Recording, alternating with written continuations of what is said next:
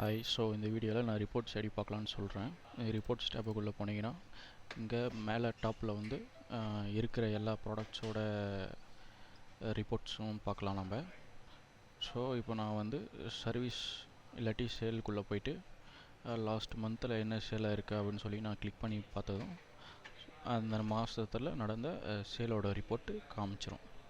இப்போ நான் சர்வீஸ்க்குள்ளே போகிறேன். ஸோ சர்வீசஸில் லாஸ்ட் மந்தில் என்ன நடந்திருக்குன்னு நான் செக் பண்ணி பார்க்குறேன். அதோட லிஸ்ட் எல்லாம் வந்துடுச்சு. ஸோ இது நம்ம வேணும்னா பிடிஎஃபாகவும் டவுன்லோட் பண்ணிக்கலாம், இல்லாட்டி எக்ஸல் ஷீட்லேயும் டவுன்லோட் பண்ணிக்கலாம். இப்போ நான் பிடிஎஃப் கொடுத்து டவுன்லோட் பண்ணிக்கிறேன். டவுன்லோட் ஆனதும் நம்ம வியூ பண்ணி பார்த்துக்கலாம். ஸோ நெக்ஸ்ட் வந்து திஸ் மந்த் இருக்குது, last week, this week, yesterday, today, அப்புறம் கஸ்டம் இருக்கும். ஸோ கஸ்டமில் ஃப்ரம் டேட்டு டு டேட் கொடுத்து நம்ம சப்மிட் கொடுத்ததும் அதோட லிஸ்ட் எல்லாம் வந்துடும். ஸோ நான் February 1 April 24 வரையும் இன்றைக்கி வரைக்கும் நான் கொடுத்து நான் சப்மிட் கொடுத்துட்றேன்.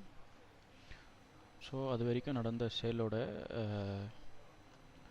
அது வரையும் நடந்த சர்வீஸோட லிஸ்ட் எல்லாம் வந்துடும்.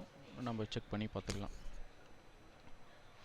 ஸோ அதே மாதிரி தான் இப்போ இங்கே இருக்கிற எல்லாத்துலேயும் நம்ம ரிப்போர்ட்ஸ் செக் பண்ணி பார்த்துக்கலாம்.